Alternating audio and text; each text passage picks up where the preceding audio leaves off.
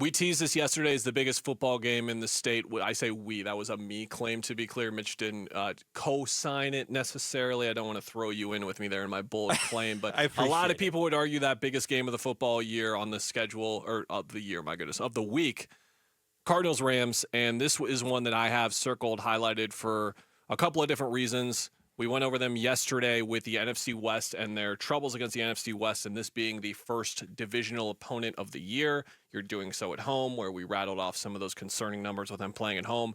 Here's the one for me. It's 1-8, and that is Kyler Murray's record against the Rams. In these 9 games, he has 8 touchdown passes and 8 interceptions. That includes 3 pick sixes. Kyler only has 8 in his entire career, and 3 of them have come against the Rams. These stats include the playoff loss as well. Just for reference, he's 2-4 against the Niners, 2-6 against the Seahawks, but 7 touchdowns, 4 interceptions against the Niners, 10 touchdowns, 3 interceptions against the Seahawks. If you were to circle one opponent that he has struggled with the most in division, it has been the Rams, and for good reason, Mitch, for good reason.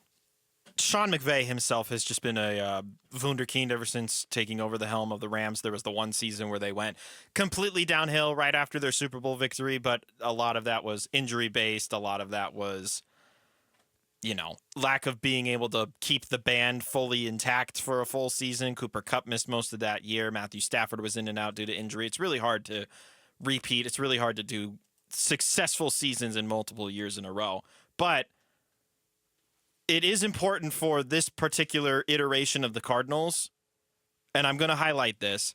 Kyler Murray in year 3 of this mega extension that he signed not so long ago, it's time for him to show that he can beat up the division instead of being beat up by the division. Are you setting the standard there of you want to see him go 4-2 this year against the division, maybe even 5-1? Or are we talking just get to a respectable? Am I setting the bar too low if I say 3-3? No, because when you say beat up, I'm like, oh man, is he going to go out there and really cause some damage against the NFC West? So I just wanted to. So set us in the right bar here's where I will be accepting of losses if he loses to the division. Did they try? Right, so many times we've had those divisional games where the Niners just blow them out of the water before the first half is done, and it's like, well, okay, what are we doing here? Granted, Kyler only played 1 game against the Niners last year. The other one was Josh Dobbs.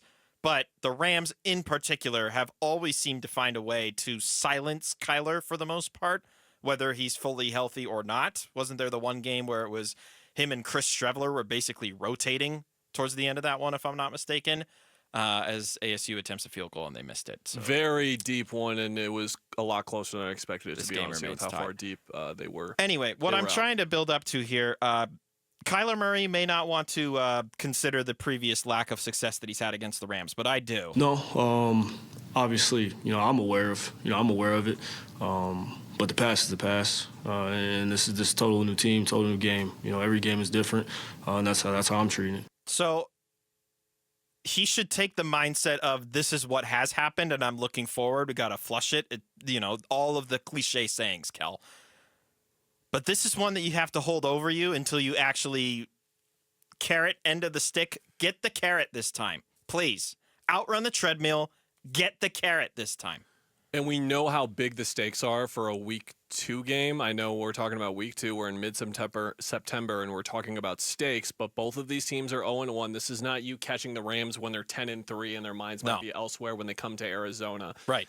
This is a huge game for both of these teams because we know the numbers, the difference there, 1-1, 0-2, what it can really mean for you. So you are going to get the absolute best from the Rams. It's just a question of what that best truly is. I think one big thing for me here, Mina Kimes pointed out in her podcast that released today when previewing this matchup, is that when you look at the injuries to the Rams secondary specifically, Williams, their starting corner, is already out. Durant is the guy that they're not exactly sure. If you had to guess, he would probably be out.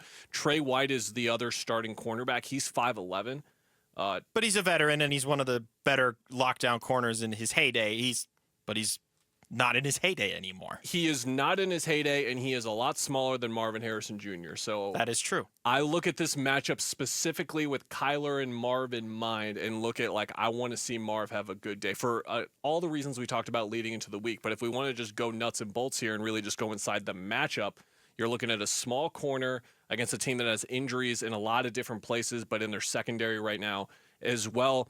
they're rightfully so going to be concerned about that third stringer on the other side. Now, that third string on the other side is going to be covering Michael Wilson or Greg Dortch or whoever, right? It's going to be a lot less responsibility. But a smart quarterback knows to take advantage of a mismatch like that. You said it with the height separation, I should say, between Tre'Davious White and Marvin Harrison Jr. It's the same thing in terms of a skill set between Michael Wilson and third string or guy called up from practice squad.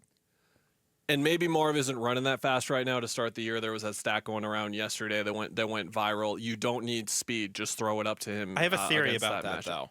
Go on. And I'm stealing this theory from I can't remember who said it, and I apologize. But on Around the Horn today on ESPN, one of the panelists pointed out that I think it was Kevin Clark actually with ESPN pointed out that he doesn't buy the idea that Marvin Harrison Jr. is slow, and rather that it's just he's thinking and trying to go through the motions and not mess up in any way, shape, or form.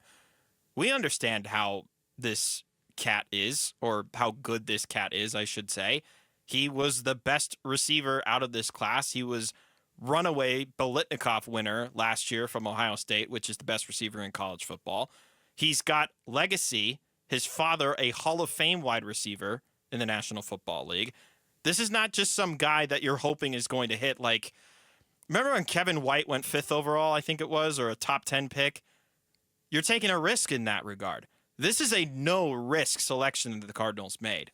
It's just going to be a disappointment for right now because it did not pay dividends immediately in week 1. I find myself cheating. We were talking about this Bills-Dolphins game that's ongoing right now. Apparently, Tua just made a horrible throw for, I'm guessing, his third pick of the night, and that's where I kind of wonder. My brain can't help but go, like, I know Tua's struggling. I know that some of these decisions he's making, I saw some of them earlier, they weren't great. But is that defense better than we thought? Is there something there to like maybe having some optimism with? I can't help but have my brain go there and read into the results. Like I'm sure the shows will talk about tomorrow a little bit with Buffalo. But we can't go too far down that road, Mitch. I think the road we need to really stay focused on is where we started. Kyler needs to start beating these guys, and he needs to start beating them this year. I think the very bare minimum that I want from him this year is 2. Is 2-4 too much to ask for against the division this year? I really don't think it is, and I'm with you. I want 3-3. The bare minimum for me being just wanting a little bit more as a fan. Even in losses, just look like you tried. Realistically, 2-4, but being the fan who wants a little bit more, I want to see 3-3, specifically for the guy who has so much.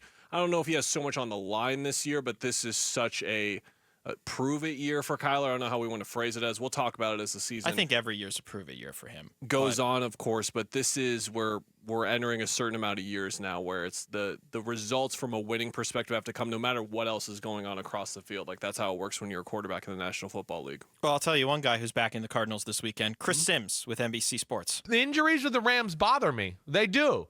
Their bread and butter of their football team right now is their run game, O-line, and that running back, and then the 2 receivers they have. They don't have that. And with this week, like, this is not Josh Allen. This is Matthew Stafford. Josh Allen won that game last week because of his ability to get out of the pocket and make things happen. Stafford's not going to do that.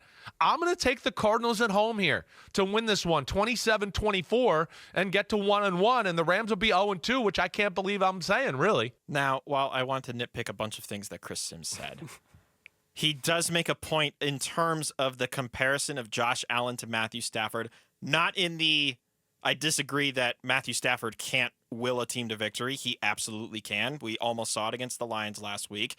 But he is a much less mobile quarterback, and they have a severely beaten down offensive line. It goes back to what we talked about yesterday.